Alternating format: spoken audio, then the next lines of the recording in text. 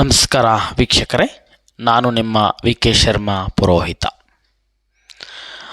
ದ್ವಾಪರ ಯುಗದಲ್ಲಿ ಅನುಸಾಲನೆಂಬ ರಾಜನು ಅರ್ಜುನ ಮತ್ತು ಕೃಷ್ಣನೊಡನೆ ಯುದ್ಧವನ್ನು ಸಾರಿದನು.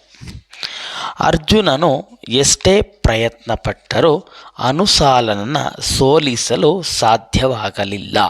ಏಕೆಂದರೆ ಅನುಸಾಲನ ರಥವು ಶ್ರೀ ಪ್ರಹ್ಲಾದ ರಾಜರು ಕೃತಯುಗದಲ್ಲಿ ಯಜ್ಞ ಮಾಡಿದ ಸ್ಥಳದ ಮೇಲೆ ನಿಂತಿತ್ತು.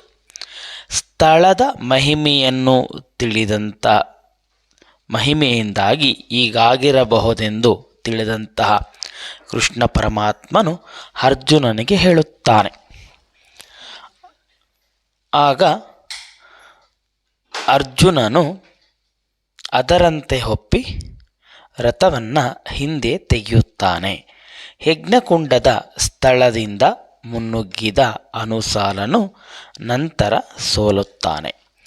ಹೀಗೆ ಜಗದೇಕ ವೀರನಾದ ಅರ್ಜುನನನ್ನೇ ಸೋಲಿನ ಸಮೀಪಕ್ಕೆ ತಂದ ಸಾಧಾರಣ ರಾಜನಾದ ಒಬ್ಬ ರಾಜನು ಅರ್ಜುನನೆದುರು ವಿಜಯದ ಮಾರ್ಗಕ್ಕೆ ತಂದು ನಿಲ್ಲಿಸಿದಂತಹ ಮಹೋತ್ತಮವಾದಂಥ ಸ್ಥಳವಿದು.